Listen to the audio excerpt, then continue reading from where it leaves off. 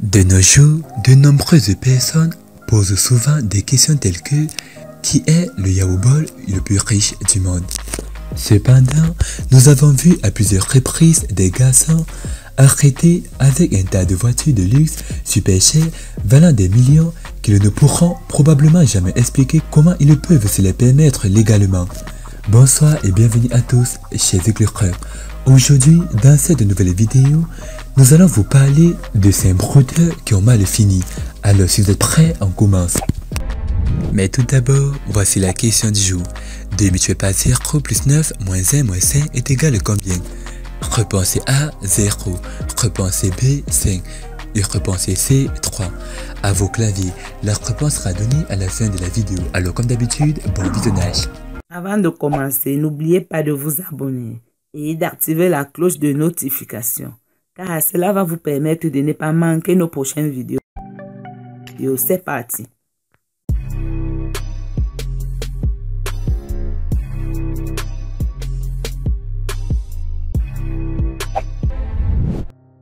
Yahya Koni.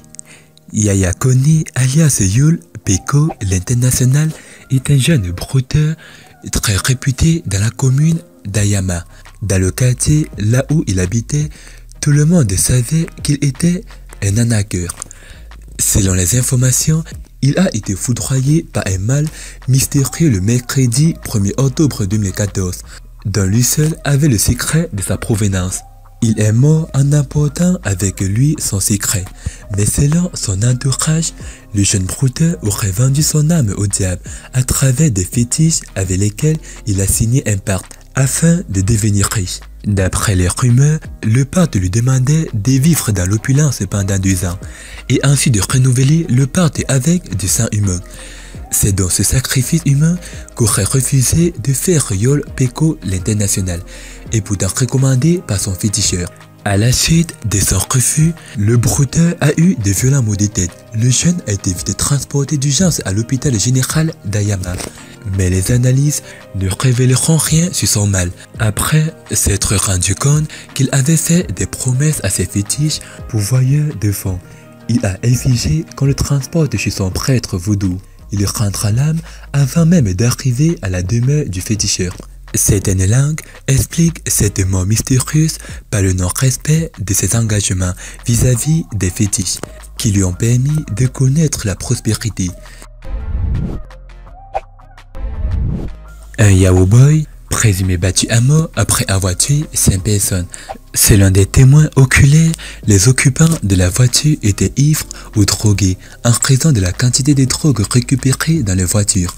Il a été établi que le défunt identifié comme Fisayo, qui serait un Yahoo Boy, conduisait imprudemment avec 2 autres amis lorsqu'ils ont d'abord frappé quelqu'un à Akoda. Puis, tout en étant poursuivis, ils ont frappé une autre personne à Eleya Beppo. L'étudiant de dernière année en technologie du bâtiment de l'école polytechnique fédérale d'Ide dans l'état d'Osun a en outre percuté un cycliste avec ses passagers à Orita Oyoki, où ils ont finalement été retrouvés et Fisayo a été battu à mort alors que ses amis s'enfuyaient. La voiture appartenant à l'étudiant qui aurait passé son examen final du premier cycle la semaine dernière a été détruite par la foule en colère. Commissaire 5500. Connu depuis quelques années dans le monde de la nuit ivoirienne, le célèbre boucantier Rémi Abdoulaye, connu sous le pseudo de Commissaire 5500, avait été interpellé par les agents de la plateforme de lutte contre la cybercriminalité. Il a été aussitôt déféré devant le parquet d'Abidjan Plateau le 3 mai 2016. Il était accusé de cyber-escroquerie. À en croire les dits des autorités policières, le jeune homme était le cerveau d'une bande organisée qui était spécialisée dans l'utilisation frauduleuse d'éléments d'identification de personnes physiques et morales. Plusieurs chefs d'accusation arnaquent au sentiment et à l'héritage, faux usage de faux, usurpation d'identité. Après son interpellation, Rémi Abdoulaye, dit commissaire 5500, a avoué sans difficulté ses pratiques de cyberdélinquants qu'il exerce depuis au moins 1 an. Il camoufle ses activités illicites à l'aide d'un commerce de produits cosmétiques Il a relevé pratiquer le love chat et l'arnaque à l'héritage. Le love chat ou encore l'arnaque au sentiment consiste pour le cyberdélinquant à jouer les charmes afin d'obtenir de l'argent de sa victime. Ou il peut aussi enregistrer des communications privées, c'est-à-dire des vidéos à caractère sexuel, et par la suite de la faire chanter. Il s'agit de sextorsion. Le cyberdélinquant se fait très souvent passer pour une personne du sexe opposé en usurpant une identité. Quant à l'arnaque au faux héritage, il s'agit pour le cyberdélinquant de faire croire à un héritage providentiel destiné à la victime en échange de certains frais que celle-ci doit payer avant de le recevoir. Des éléments saisis sur le prévenu ont permis de découvrir une dizaine de victimes françaises, italiennes, ivoiriennes dans une institution financière, de faux documents administratifs, passeports, carte d'identité, relevés bancaires, reconnaissance des dettes, trésor public, justice, police nationale et Interpol ont été également saisis par la cybercriminalité. Rémi Abdoulaye se faisait remarquer par ses nombreuses sorties médiatiques avec plusieurs liasses de billets de banque. Il n'hésitait pas à distribuer de fortes sommes lors des concerts des artistes du coupé décalé. Selon les révélations, sa fortune s'élèvera à plus de 1 milliard de francs CFA dans son compte bancaire. Il possède en son nom plusieurs biens matériels, des voitures, des bars, etc. Rappelons que le boucantier ivoirien commissaire 5500, d'après certaines rumeurs, était en couple avec la sulfureuse star malienne du web Diaba Soukha. Lionel Tabs, le porte-monnaie magique. Selon les initiés ou la légende, il s'agit d'une pratique qui consiste à réciter des incantations en vue d'obtenir un portefeuille qui produit régulièrement de l'argent, mais qui après tout te soumet à des conditions si éprouvantes qu'elles finissent par causer mort ou folie. Tel était le sort que l'on attribuait quelques semaines plus tôt à Lionel Tabs. Ce jeune Camerounais d'une vingtaine d'années apparut aux yeux du grand public par le canal d'une vidéo où l'on le voyait tout nu, vraisemblablement atteint de folie. Fils de bonne famille, Lionel Tabs n'a jamais vraiment manqué de quoi se nourrir.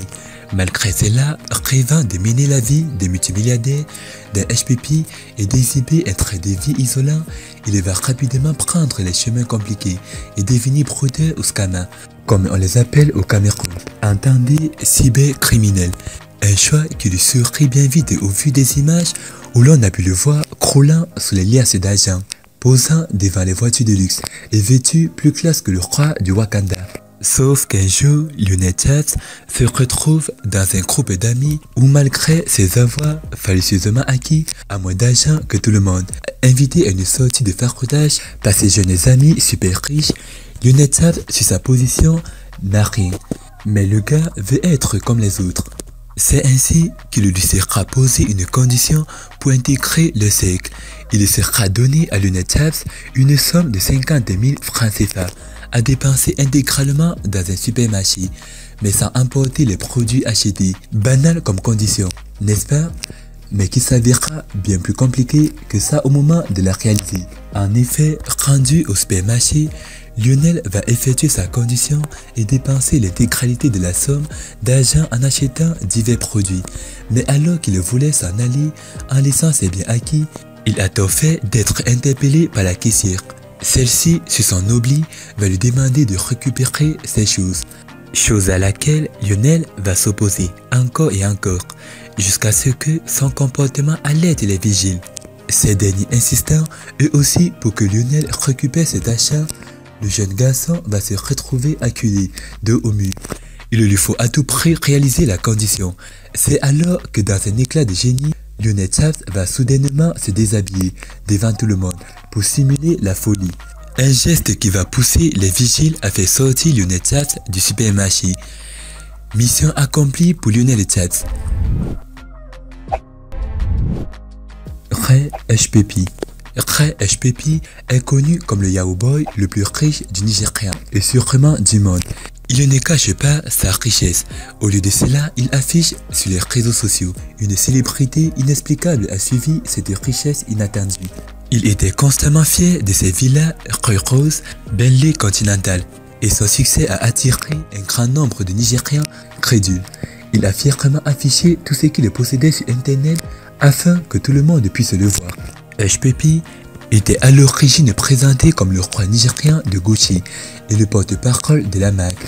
HPP a également publié des photographies et des vidéos de lui-même en train d'acheter des vêtements de créateurs à Dubaï. Certaines rumeurs voulaient que HPP valait environ 3 millions de dollars américains, mais les enquêtes de la police de Dubaï ont révélé que HPP a amassé au moins 450 millions de dollars américains auprès de clients et d'investisseurs. C'est un fraudeur à la carte de crédit et l'assurance qui s'attaque aux riches des États-Unis, du Royaume-Uni, de l'Autriche, du Luxembourg, de la France, de l'Afrique du Sud et de certaines parties de l'Asie et du Moyen-Orient. Jusqu'à présent, ce gang a fraudé près d'1 million de personnes dans le monde entier, avec une liste cible d'environ 3 millions de personnes. Ce type doit être l'escroc le plus travailleur de la planète. Il a également été qualifié d'escroc le plus recherché au Nigeria par le FCC. Merci d'avoir regardé la vidéo. C'était Amel de la chaîne YouTube La Torche du Monde. Partagez cette vidéo au maximum. Et concernant la question, la réponse est 3. Félicitations à tous ceux qui ont trouvé la bonne réponse. C'était les brouteurs qui ont mal fini. Partagez cette vidéo au maximum. A plus une prochaine vidéo. Bye bye.